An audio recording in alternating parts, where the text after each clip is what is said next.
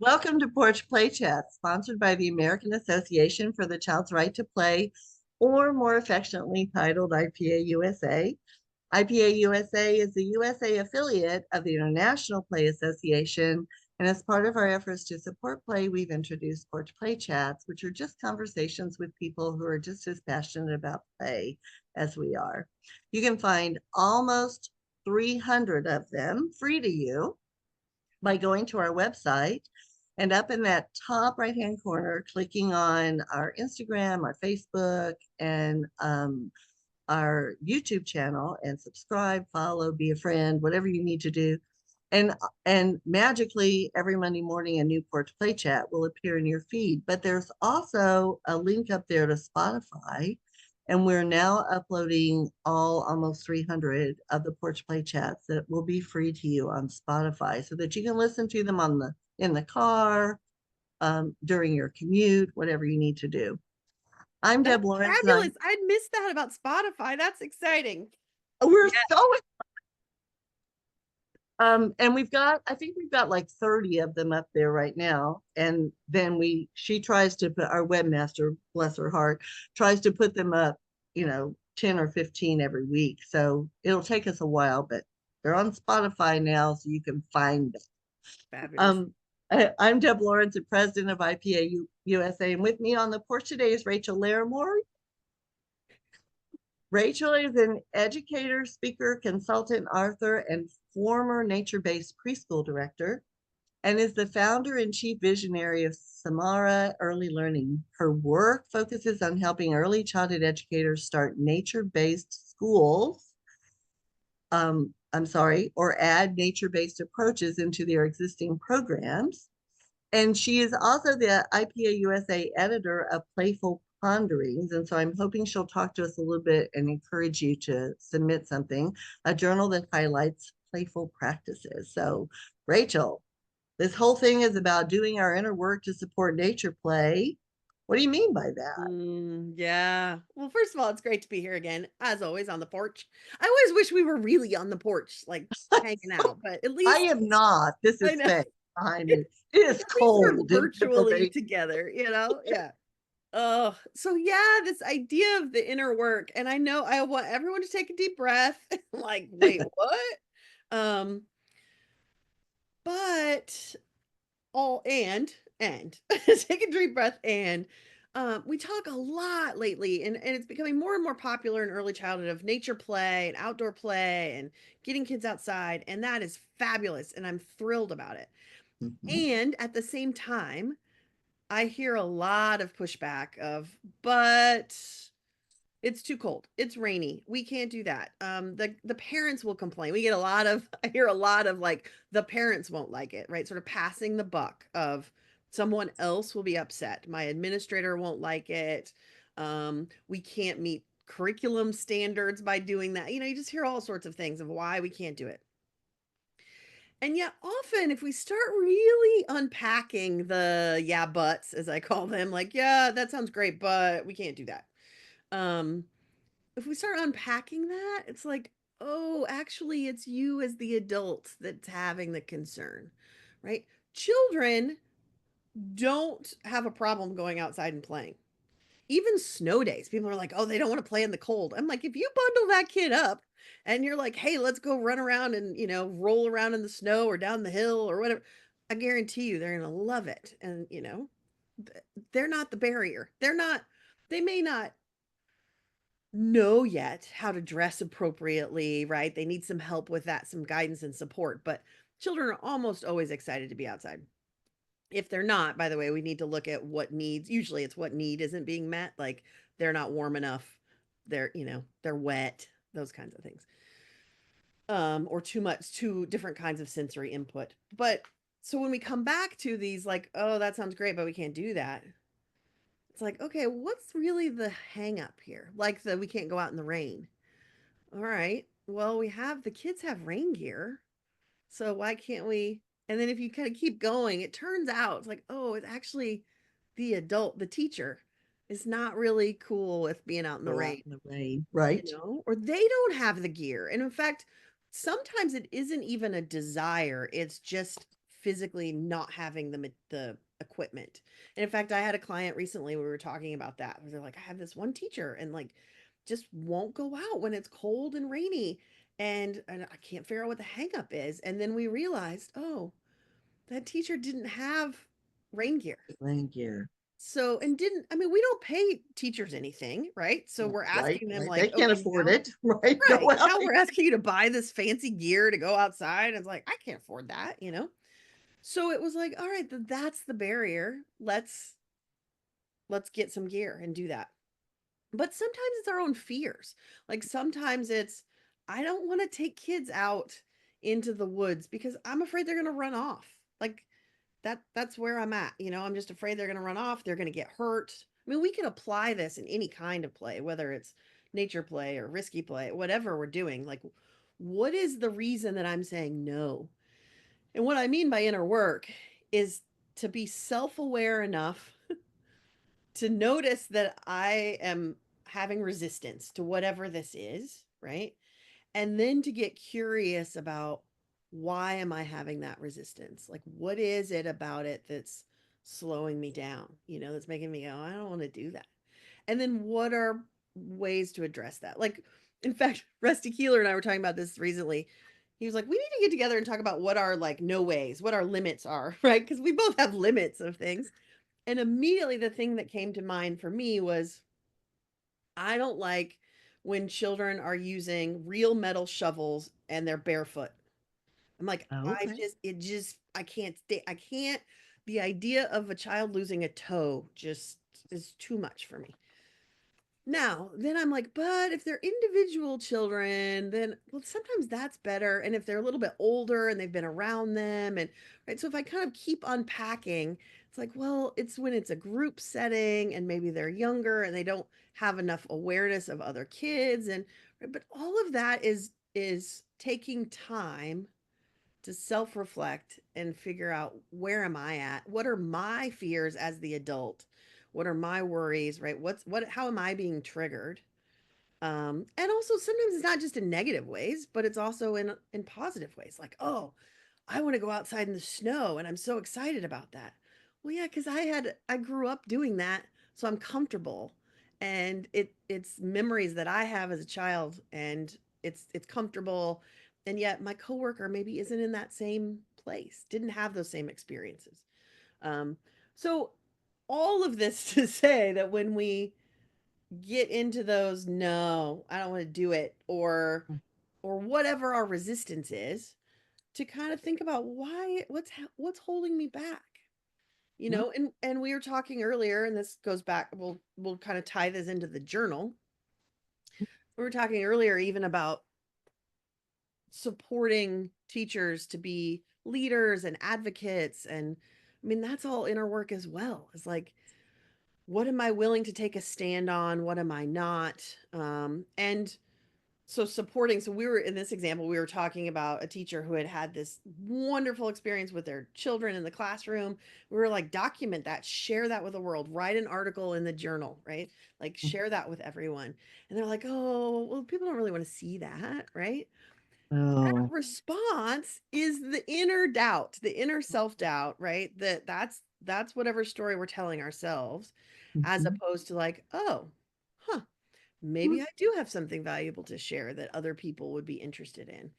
Um, so we talk a lot about sort of doing our own work in our personal lives, but I Mhm. think we forget about it as teachers. Like, Mhm. and it's as simple, Deb, too, as like I woke up stressed out today or tired, or my car broke down on the way to work. And so I have to own that I am stressed and I'm back here in my hindbrain. I'm not going to be as effective with patients with children and asking questions and solving problems. And maybe I have to say to my co-teacher, hey, I'm I at need wit's end. help. I need help. Like, just so you know, like I'm going to break it any second. Right. And just to say it and to own it, be aware of it, own it, and take some sort of action, which in this case is telling your coworker, right? Well, and I think the big piece that keeps people from doing that is when, and I never did this, but I would hear other directors say, just leave you need to leave your personal stuff at the door. Like anybody can do that, right? Mhm. It's personal because it's in your life, right? And you can't leave it at the door. And I'll just give you this little short vignette about when, after being married for 19 years to the same person, um, he asked me for a divorce. I will tell you, thank God I Mm. had amazing teachers, Mhm. because they would come to me with an issue and I would say, I can't think of anything. I need you to think, what can we do about that? Because I Right. couldn't leave it at the door, right? So, sometimes you have to say, okay, I'm not going to be myself today. And Right. so I need some support Right. from other people. And if you give them support when they need it, then I that you, they'll give you support when you. It was amazing Right. the how my teachers stepped up. It was truly Mhm. amazing, and it's because if they had something going on personally, I would say, "What do you need from me today?" Right? Right. Do you need me to break you more often? Do you need what do you need? And and so that reciprocity and humanness Exactly. is can be amazing. And so if you're a director and you're listening to this, please don't tell them to leave their stuff at the door. You couldn't, and No, neither can they. that's exactly right. Yeah, Yeah. that is thankfully, I'm really thankful that that has changed in the professional world. I mean, I think Mhm, especially the millennial generation. I mean, I'm Gen X, it's still pretty prevalent. Like, we're going to separate these things. But mhm. millennials have been like, no, you're not going to do that. And then all the others that have come since.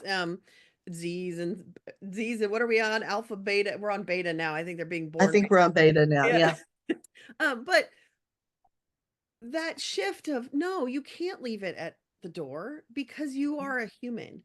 And the Mhm, irony here, and this is where I want everyone to hear this as early childhood educators. If it was a child, mhm, of course we're thinking about the whole child.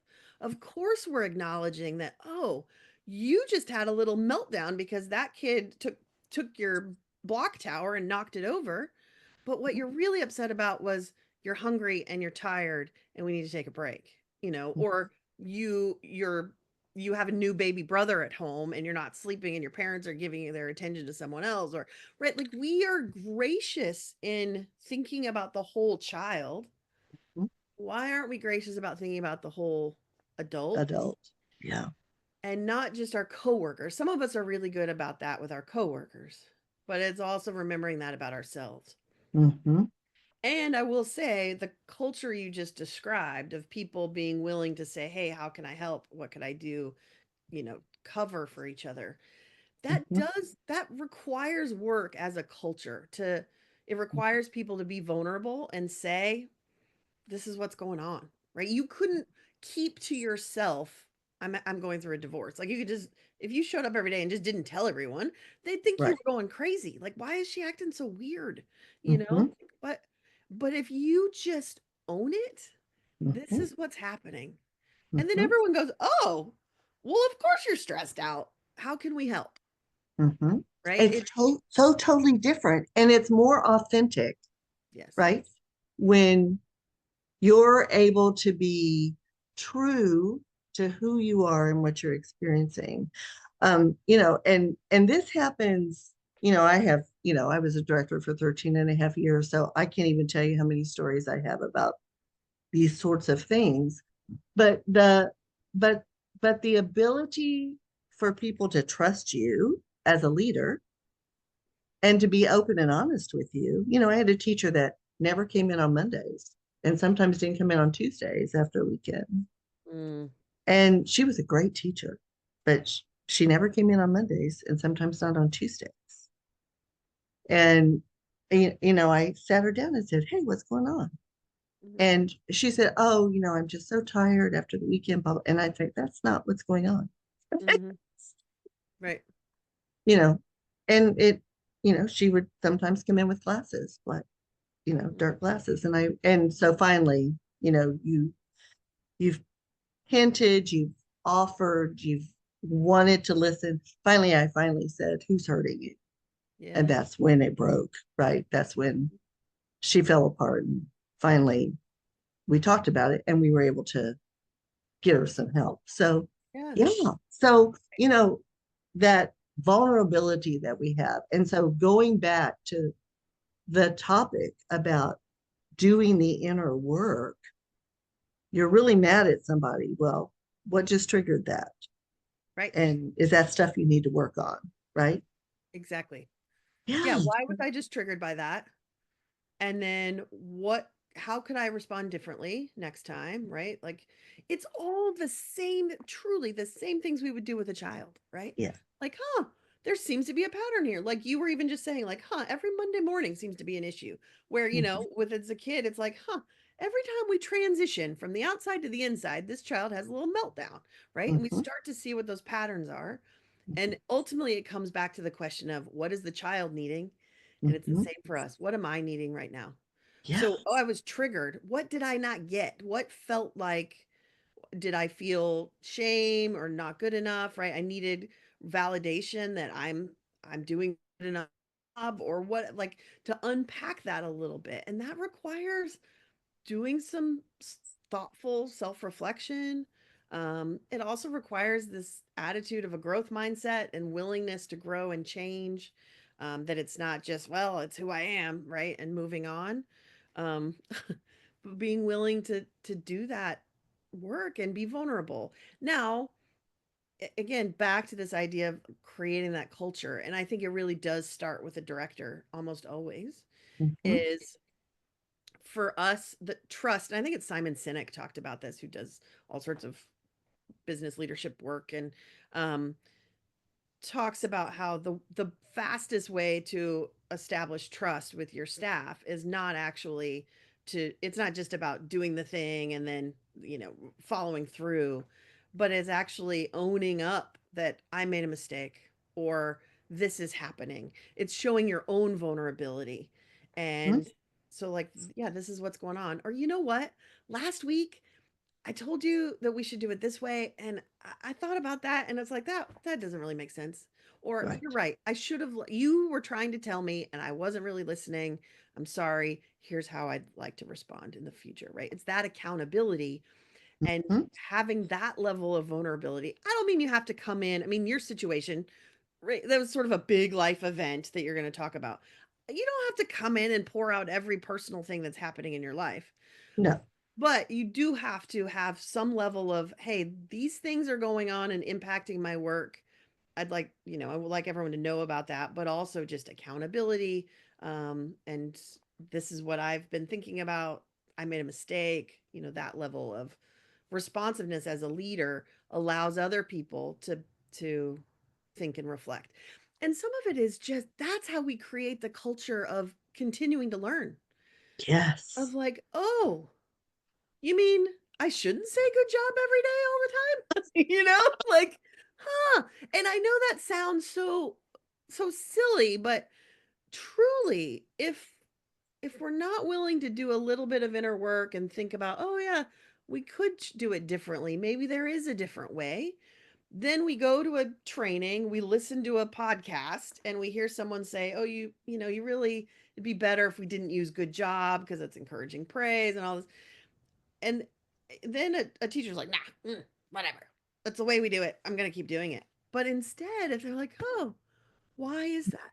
They get curious, right? And that's ultimately all I'm suggesting about this inner work is getting curious about ourselves, about, why would you do it that way? Right? It's even as you're listening to all of these porch chats, like, that's interesting. I never thought of it that way. Or To I'm try not that. sure. Yeah, try that. Or I'm not sure I really buy that, but I'm going to think about it, right? Mhm. Doesn't have to be yes. Oh, that's genius. I'm going to do it. But just to open the door to, that's interesting. Let me keep thinking about that. Let me notice my teaching day in and day out. And so I started with this related to the outdoors and nature because it often comes up related to weather It comes up Mhm. related to I don't like worms or snakes or mice or whatever. There's a kind of a standard list that people will come back with. Um, but it's to okay, get curious about that. And it's okay. It's okay to not like snakes. Yeah, I don't like them. I'll be Yeah. the first one. I was chased down the hallway by a high Oh, school science biology teacher with a snake that I didn't want to touch. So I'm the snake person that I go, oh, yeah. every And time. It's fun. that frustrates me because I don't know.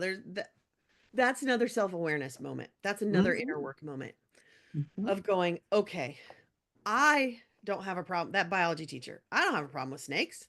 Why do mhm, you have a problem? There's nothing to be afraid of, right? And they're like forcing it on you, as mhm, opposed to going, huh, I don't understand entirely because I'm okay with snakes. But mhm, clearly, this person isn't. I wonder what that's about. Maybe I could talk to them about that. Like, was there something in the past, or just get curious about like, well, have you ever seen one up close? Like, could I help you see it, safely so you'd feel more comfortable? I'll turn its head away and you could just touch it with one finger and build that empathy of like, mhm. yeah, I can tell you're scared. How can we do this so that you'll feel comfortable? And Yeah. that requires that biology teacher to have done that inner work of being aware of my own feelings and building empathy and understanding for other people's perspectives as well.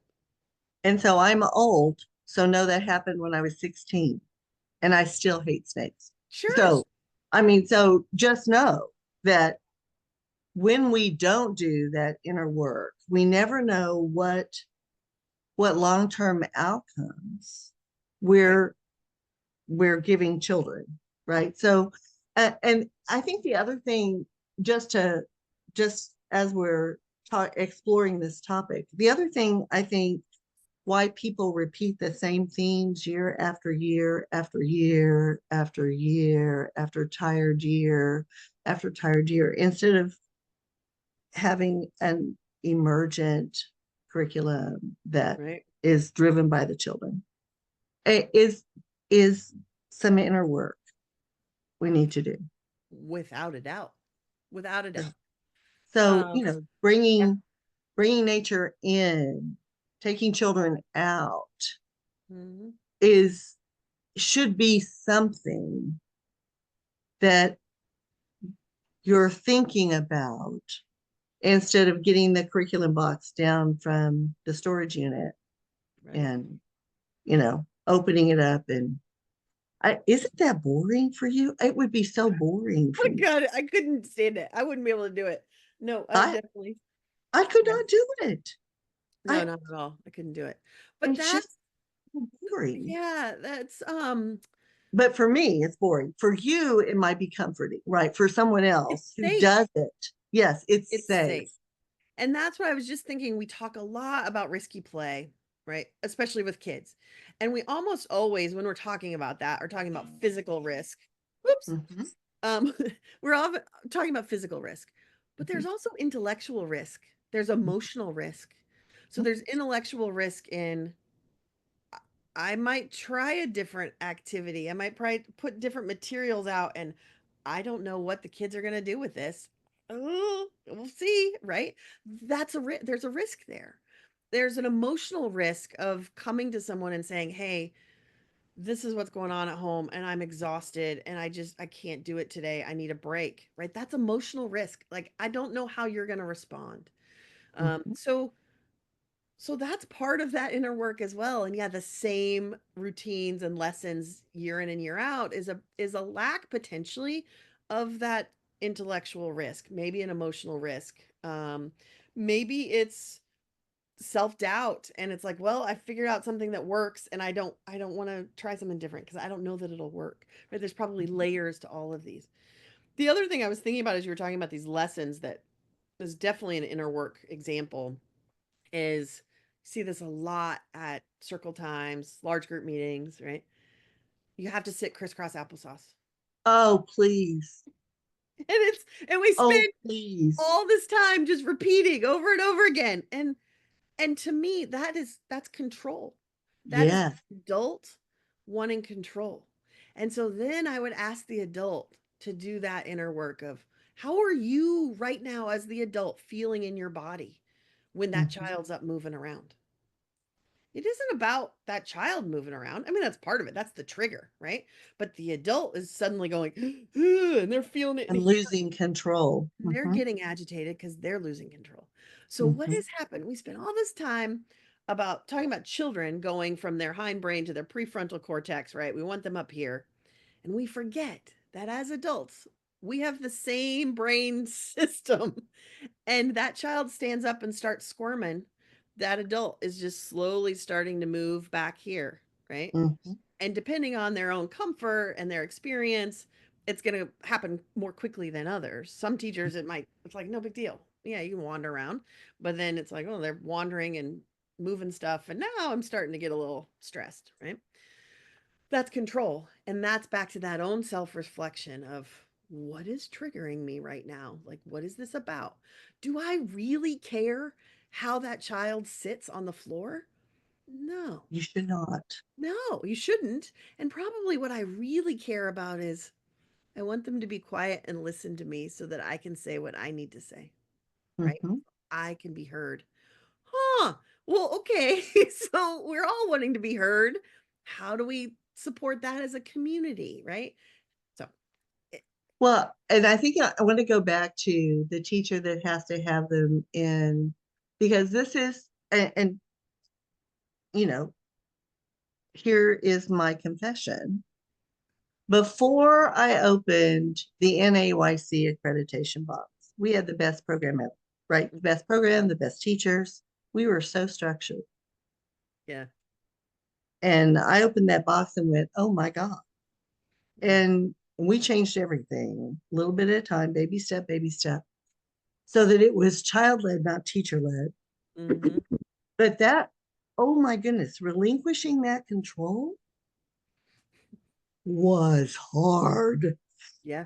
And, and so sometimes I say to teachers who feel like they have to be in such control, what control do you have in your life? And if that's where you're not getting control in your life, please let's find a way to get you control over your life so that you can give children Mhm. some ability to control what's happening in theirs. And that is, again, a that does not just happen overnight. No. So we have to do it in baby steps. Let's, instead of you telling them where to go in centers, why Right. don't you let them choose? Right. And, and the teachers, Woo! you know, But and we I'll might have come in. 6 kids at one station. Yeah. You might. It is that hard. Yep. And so sometimes I'll say I'll come in and be there if you need support, right? So, Right. it is something that we can't just demand teachers give up control. We have to support them in what do you feel most comfortable with? Where could we start, right? It's their job, it's their decision, not your decision. Right. And that's where I think, especially as leaders, administrators, when we're trying to sort of bring staff along, right, on a new idea, a new approach, we're going to be play based, right? We're going to be more child led. We have to remember that they're human, just like the children we work with. And Mhm. we're, of course, not going to talk to them exactly like we would a 4-year-old, but the same principles apply. Where Mhm. are they? Where are they starting from? What Mhm. skills and experiences do they have that we could build on those strengths, right? And help them to move to the next thing. Like, okay, yeah, it's scary to go to being totally child led and letting go of control. How can we do this in baby steps, right? How can we work towards that? So Yes. it's having the same level of patience that we would with kids. And I know it's frustrating. I mean, I work with people every day that are trying to shift staff towards being more nature based, more play based, right? More child led, emergent curriculum. And it's exhausting. It's a lot of work. And Mhm. most of the work is actually this emotional stuff that isn't Stuff that about they don't know. pedagogy at all, No. right? It's reflecting on our own thoughts and behaviors. And that all comes from our own backgrounds, biology, all of our own individual stories that are Mhm. different, right? I have a Every very one of them different is snake different. history than you do. I mean, right? There's one example. Um, Mhm. not to mention all of the other things that make us uniquely us, that we value in children. We value Mhm. their uniqueness. So let's Mhm. value that in our adults.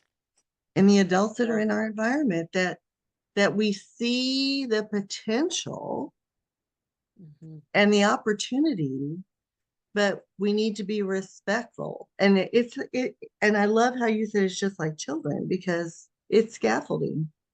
right. It's it's baby stepping them to a different place. It's Yep. not, we're going to become a nature-based program within the next 3 months, right? Right. That, forget that. Yeah. It's not going to work. You can't tell them what they're doing. You need to say, I'd like us to offer more opportunities for children to experience nature. What are some ideas we could use, right? So it's engaging, not forcing. Exactly. And I even start with what are we already doing well?